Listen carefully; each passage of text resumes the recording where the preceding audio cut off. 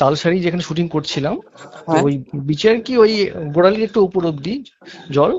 রাহুল দা হাত ধরে একটু এগিয়ে যেতে থাকে সমুদ্রের দিকে। তো তো তখন আমরা বারণ করি, যেও না যেও না, ঠিক আছে। আচ্ছা। এবার এগিয়ে যেতে থাকে, হঠাৎ করে অনেকটা এগিয়ে চলে যাচ্ছে। এবার তো বুঝতে পারিনি যেখানে এগোবে। আমরা তখন এগিয়ে যাই, আমরা তখন মানে যারা ছিল আর কি, যেটা বললাম 7-8 জন 10-12 জন যারা এই নভেম্বর সাঁতার জানে, তারা হুম, এগোতে থাকে। তো জল খেয়ে ফেলেছে। হুম, মানে পাড়ে তোলার পরও সেন্স ছিল, গাড়িতেও সেন্স ছিল। হুম। তো তারপরে ওর হাতটা ধরি আর কি, পরে ডুবে যায়। ডুবে মানে আপ ডাউনটা হতে থাকে। পরিচালকের খামখেয়ালিতে প্রাণ গেল অভিনেতা রাহুলের।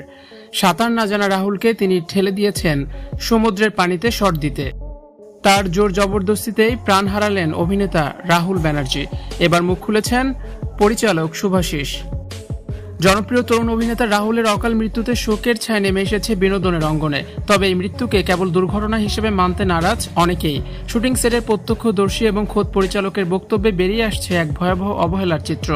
অভিযোগে উঠে এসেছে সাঁতার না জানা সত্ত্বেও রাহুলকে জোরপূর্বক সমুদ্রের পানিতে নামিয়ে ঝুঁকিপূর্ণ শট দিতে বাধ্য করেছিলেন পরিচালক শুভাশিস মণ্ডল।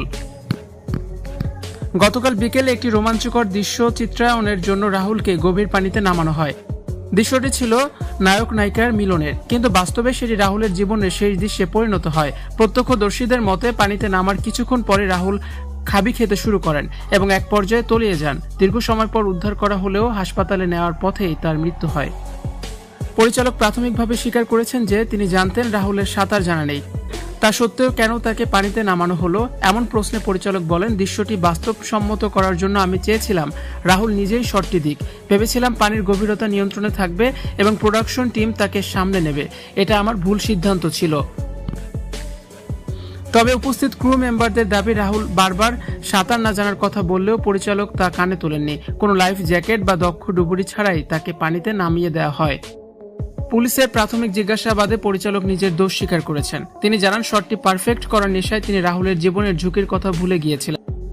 পরিচালক শুভাশিস মণ্ডল বলেন, রাহুলকে জাস্ট বলা হয়েছে যে একটু জলে নামো। জলে নেমে ও জাস্ট একটু আনন্দ করছিল, মজা করছিল এবং শট নিচ্ছিল। শট নিতে নিতে ও অনেকটা গভীরে চলে যায়। আমরা বারবার বারণ করেছিলাম যে গভীর জলে যেও না, কিন্তু ও শটটা ভালো করার জন্য বোধহয় আরো গভীরে চলে যায় এবং এক পর্যায়ে রাহুল আর শ্বেতা নিজেকে সামলাতে পারেনি। শ্বেতা ভাগ্যক্রমে বেঁচে ফিরলেও রাহুল পানিতে তলিয়ে যায়, তাকে আর বাঁচানো সম্ভব হয়নি। ভিউয়ার্স, পরিচালক যে এভাবে রাহুলকে দিয়ে ঝুঁকিপূর্ণ শট করালো, তাকে মৃত্যুর মুখে ঠেলে দিল, এটা নিয়ে আপনাদের কি মতামত অবশ্যই জানিয়ে কমেন্টস করুন এবং ভিডিওটি বেশি বেশি করে শেয়ার করার অনুরোধ রইল।